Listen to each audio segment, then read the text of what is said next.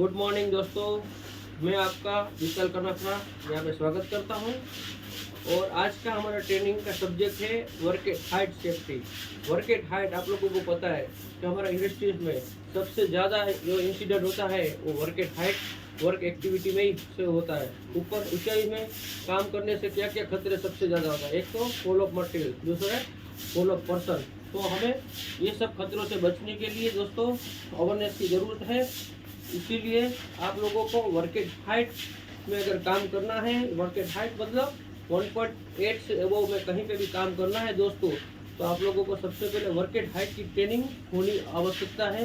Work at height training के बिना किसी को जाना नहीं है। सेकंड थिंग, वर्टिगो टेस्ट सबका होना चाहिए। वर्टिगो मतलब जैसे कि ऊपर में 2 मीटर एबव में काम करने से जिसको चक्कर आ रहा है, किसी को ऊपर जाने से घबराहट हो रही है, डर लग रहा है, ऐसे आदमी को वर्टिगो टेस्ट जरूरी है। वर्टिगो एक ऐसी बीमारी है जिससे आदमी ऊपर ऊंचाई में जाने से घबरा के चक्कर आने से अनबैलेंस होकर गिर सकता है। इसीलिए हमें ऐसे आदमी को ऊपर में एलाउ नहीं करना चाहिए। जिसका वर्टिगो फिट है, जो हेल्थ कोई इश्यू नहीं, ऐसे ही आदमी को हमें अलाउ करना चाहिए हमारे काम में।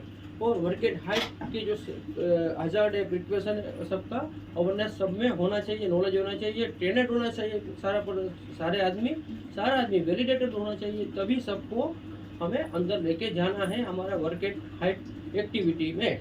और वर्क एट हाइट में काम करने से पहले हमें वर्क एट हाइट का एक परमिट चाहिए, परमिट लेना पड़ेगा। सारा आदमी का ट्रेड वैलिडेशन होना चाहिए, स्केप फोल्डर का, रिगर का, सबका थर्ड पार्टी वैलिडेशन होना चाहिए। सारे टूल्स टेकल्स जो है वैलिडेटेड होने चाहिए। और फुल बॉडी हार्नेस यानी सेफ्टी बेल्ट जो आप बोलते हो भैया, वो सब आपको प्रॉपर पहनना है।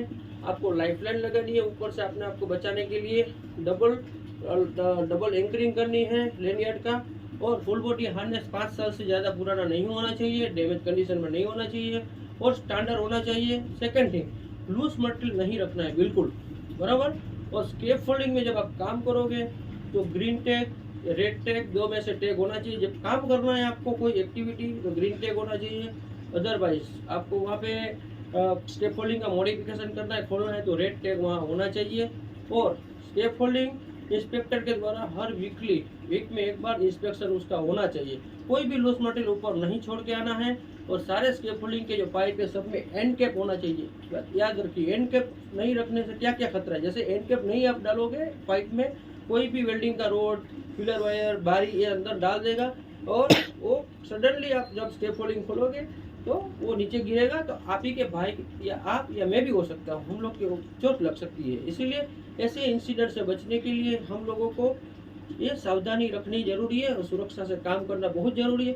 इसीलिए वर्क एट हाइट में जब भी काम करो तो हमेशा अपने और अपने साथियों का ध्यान रखिए। और वर्क एट हाइट काम करते हो, स्केप फोल्डिंग खोलते हो या बांधते हो, जो भी काम हो, नीचे का एरिया बैरिकेशन होना चाहिए, स्टैंड बाय पर्सन होना चाहिए। धन्यवाद।